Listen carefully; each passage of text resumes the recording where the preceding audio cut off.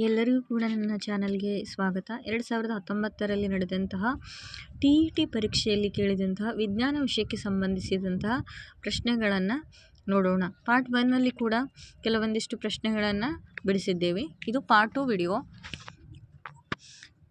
ಕೆಳಗೆ ಕೊಟ್ಟಿರುವ ಹೇಳಿಕೆಗಳಲ್ಲಿ ಇದು ಸರಿಯಾಗಿದೆ. ಸರಿಯಾದಂತಹ ಉತ್ತರ ಆಪ್ಷನ್ ನಂಬರ್ 1 ಮತ್ತು 3 ಸರಿಯಾದಂತಹ ಉತ್ತರ.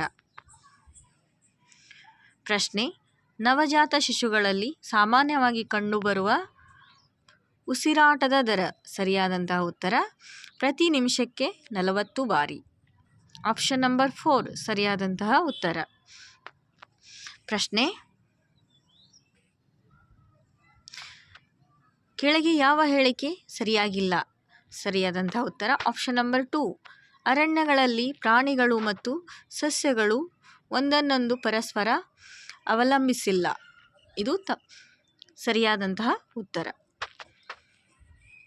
ಪ್ರಶ್ನೆ: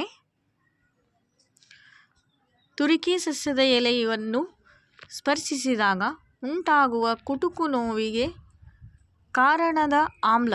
ಸರಿಯಾದಂತಹ ಉತ್ತರ ಆಪ್ಷನ್ ನಂಬರ್ 3 ಮೆಥನಾಯಿಕ್ ಆಮ್ಲ.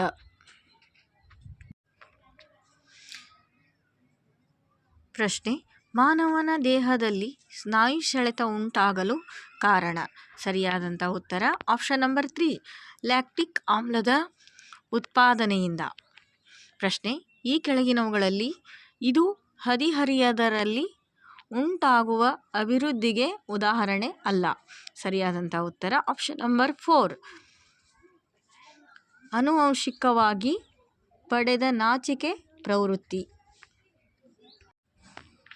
ಪ್ರಶ್ನೆ: ಮೊದಲ ಸಲ ಕುಳಿತುಕೊಳ್ಳುವುದು, ನೆಲದ ಮೇಲೆ ತೆವಳುವುದು, ನಡೆಯುವ ಮುನ್ನ ನಿಂತುಕೊಳ್ಳುವಂತಹ ಚಟುವಟಿಕೆಗಳನ್ನು ನಿರ್ವಹಿಸುವಲ್ಲಿ ಮಕ್ಕಳು ಸಮಯ ಹಾಗೂ ವಯಸ್ಸಿಗೆ ಸಂಬಂಧಿಸಿದಂತೆ ವ್ಯತ್ಯಾಸಗಳನ್ನು ಹೊಂದಿರುತ್ತಾರೆ.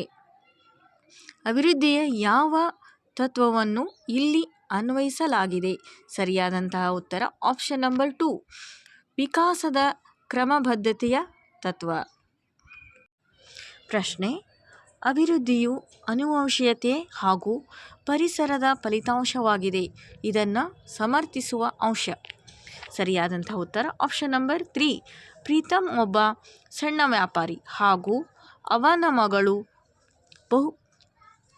ಬಹುರಾಷ್ಟ್ರೀಯ ಸಂಸ್ಥೆಯನ್ನು ಮುನ್ನಡೆಸುತ್ತಿದ್ದಾಳೆ. ಪ್ರಶ್ನೆ: ಒಬ್ಬ ಶಿಕ್ಷಕ 4ನೇ ವರ್ಗದ ವಿದ್ಯಾರ್ಥಿಗಳಿಗೆ ಬೋಧಿಸುತ್ತಾನೆ. ಪಿಯಾಜೆಯವರ ಸಂಜ್ಞಾನಾತ್ಮಕ ವಿಕಾಸದ ಸಿದ್ಧಾಂತದ ಪ್ರಕಾರ ಅನುಸರಿಸಬೇಕಾದ ತಂತ್ರ. ಸರಿಯಾದಂತಹ ಉತ್ತರ ಆಪ್ಷನ್ ನಂಬರ್ 2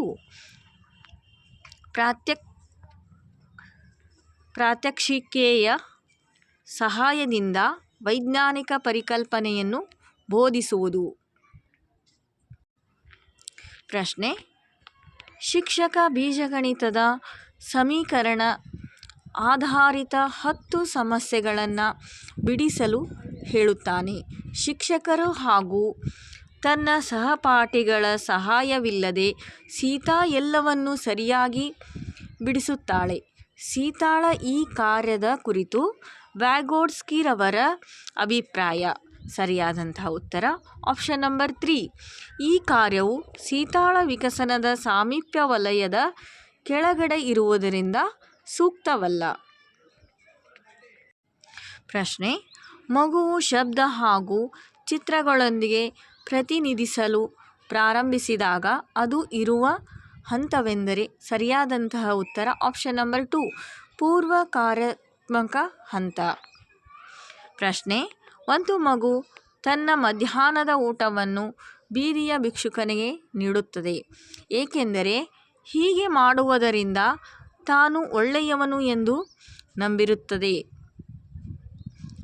ಕೋಲ್ಬರ್ಗರ ನೈತಿಕ ಅಭಿವೃದ್ಧಿಯ ಸಿದ್ಧಾಂತವನ್ನು ತೋರಿಸುವ ಹಂತ.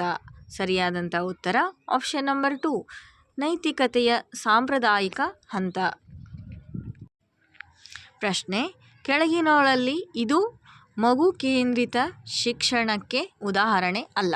ಸರಿಯಾದಂಥ ಉತ್ತರ ಆಪ್ಷನ್ ನಂಬರ್ 2 ಶಿಕ್ಷಕರು ಮರುಭೂಮಿಯ ಸಸ್ಯ ಹಾಗೂ ಪ್ರಾಣಿ ಜೀವಿಗಳ ಕುರಿತು ನಿರೂಪಿಸುವುದು.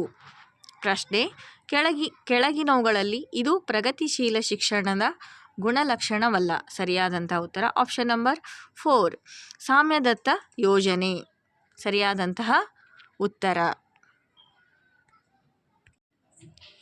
ಕೊನೆಯ ಪ್ರಶ್ನೆ: ಕೆಳಗಿನವುಗಳಲ್ಲಿ ಇದು ಕಲಿಕೆಯ ಗುಣಧರ್ಮವಾಗಿದೆ.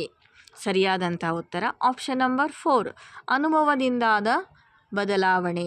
ಇದು ಸರಿಯಾದಂತಹ ಉತ್ತರ. ಇಲ್ಲಿವರೆಗೂ ನನ್ನ ಚಾನಲನ್ನು ನೋಡಿದ್ದಕ್ಕೆ ಎಲ್ಲರಿಗೂ ಕೂಡ ಧನ್ಯವಾದಗಳು.